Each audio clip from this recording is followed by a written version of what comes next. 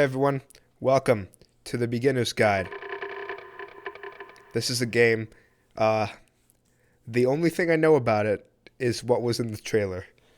And if you haven't seen the trailer, it's made by the guy who made the Stanley Parable, so I'm very excited to get into it. Yes, I'm still sick. I've been sick for months. I'm fine. I'm just coughing a lot.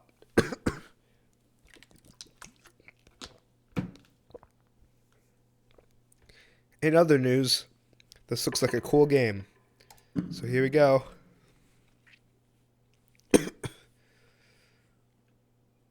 Audio is on. This is the story of a man named Stanley. WASD and mouse. What else would it be?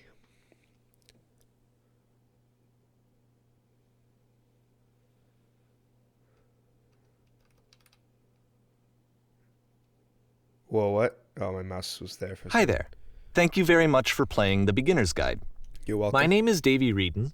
I wrote the Stanley Parable, and while that game tells a pretty absurd story, today I'm going to tell you about a series of events that happened between 2008 and 2011. Cool. We're going to look at the games made by a friend of mine named Coda. Now, these games mean a lot to me. I met Coda in early 2009 at a time when I was really struggling with some personal stuff, and his work pointed me in a very powerful direction. I found it to be a good reference point for the kinds of creative works that I wanted to make. So just to start you off, this is, I think, the first game he ever made. It's a level for Counter-Strike. You can walk around here, by the way.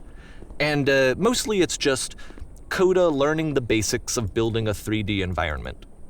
But what I like is that even though he starts from the simple aesthetic of a desert town, he then scatters these colorful abstract blobs and impossible floating crates around the level.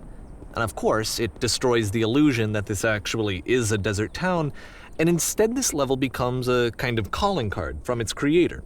It's like a reminder that this video game was constructed by a real person. And it kind of makes you wonder, what was going through his head as he was building this? This is what I like about all of Coda's games. I mean, not that they're all fascinating as games, but that they are all going to give us access to their creator. I want us to see past the games themselves. I want to get to know who this human being really is. So do I guess. And that's exactly what we're going to do here. Cool. So, it's 2008, Coda starts making these games, and he never releases any of them. He doesn't put them onto the internet, he just makes them and then immediately abandons them, and they sit on his computer forever. And I think he really understood this image of himself as a recluse. At one point, he jokingly renamed his computer's recycling bin to Important Games Folder. So, this was just how he worked. He tended to crank them out one after the other without even really pausing to try to understand what he had just made, until suddenly one day, he just stopped. In 2011, that was it. He made his last game, and then he hasn't made another one since.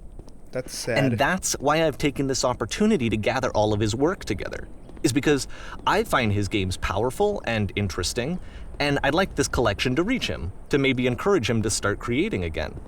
And if the people like you who play this also happen to find his work interesting, then I'm sure it'll just send that much stronger of a message of encouragement to Coda. So thanks for joining me on this. If you have a particular interpretation that I haven't mentioned here, or if you just need to get in touch, you can email me at daveyWreden@gmail.com. Okay, that's about it for introduction. Let's take a look at Coda's first proper game. As each game is loading, I'll show you the date that it was completed. This first one was made in November 2008. Okay.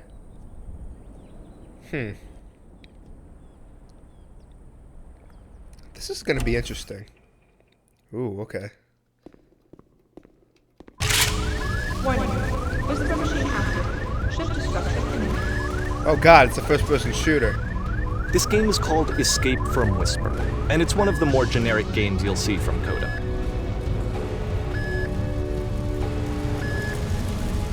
So not that way then.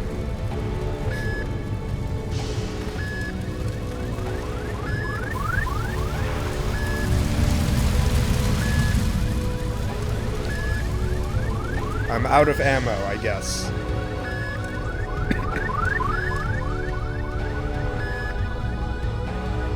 Security call breached. Hostile alien life forms inbound. It kinda looks like this game was abandoned mid-development. For instance, you have this gun, which you'd think would indicate that there are supposed to be monsters or enemies somewhere, but then clearly there are no enemies anywhere. You can't even reload the gun when you run out of bullets. Yeah. But I noticed ultimately, that. we don't really know. Maybe Coda thought that actually it was complete the way that it is. And I think that we should talk about his games for what they are, rather than for what they're not. Enemy force neutralized. Begin shooting. I love how you can see the bottom of the universe from this room. That's nice.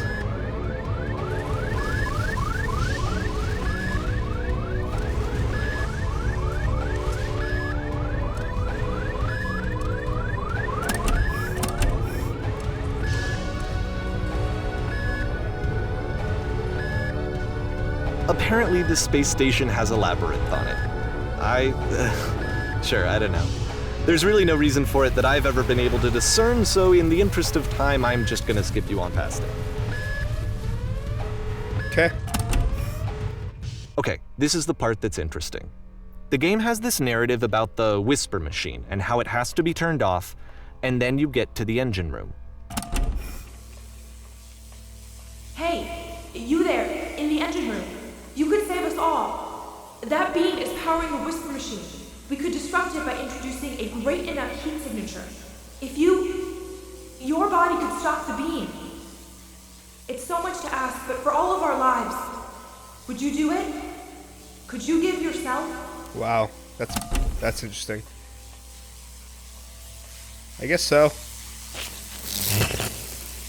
Let me pause here for a second. What you just experienced, stepping into the beam and then dying, is probably what Coda had initially intended when he was developing this level. But when he first compiles and plays it, something goes wrong. There's a bug somewhere. And this is what happens instead.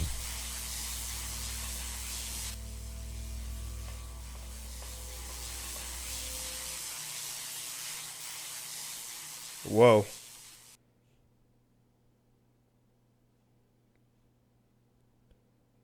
The beam causes you to start floating. And this is an important moment for him. Because yes, this is technically a glitch, but Coda identifies something human about it, like how small it makes you feel in the face of this larger chaotic system. Or this floating could be the afterlife, a peaceful place, juxtaposed against all of the hysteria that you've just had to traverse. I don't even know. I have no idea what he was thinking, but what's clear is that after making this, something lodges itself in his brain. He wants to do more of these really weird and experimental designs. So he stops work on this and moves on to a stream of tiny little games that go in all sorts of directions. Let's go ahead and take a look at the first game he made after leaving this one behind. This is super interesting. This is such a super interesting idea for a game. I love it. The past was behind her. Yep. In this my game, God. you can only walk backwards. That's actually really cool. Whoa. That's so cool. What? So it's a short and relatively minimalist experiment combining motion and narrative. It advanced Why than the does the previous future game, keep but changing? actually it seems to be more focused, more complete. Coda's trying to give it a unique voice rather than simply basing it on a pre-existing trope.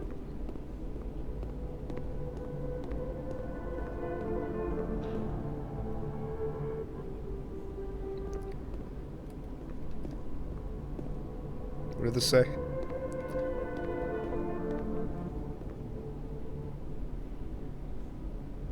To confront it. It's a short little thought, it says what it wants to say, and then it ends. Didn't need anything more Wow. than that. Which to me is why it works, because it gets out quick. Okay, next Yeah. one. That's really cool. Oh man, this game is so exciting. Oh, this is not exciting. I don't like this one. You are now entering.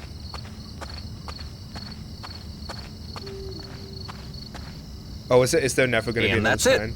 Okay, the meaning of this game won't be clear just yet. Please be patient That's with me amazing. for a few more games, and I promise you'll see what makes it interesting. Oh my god, this is the greatest game. This is so much cooler than I thought it would be. I love this.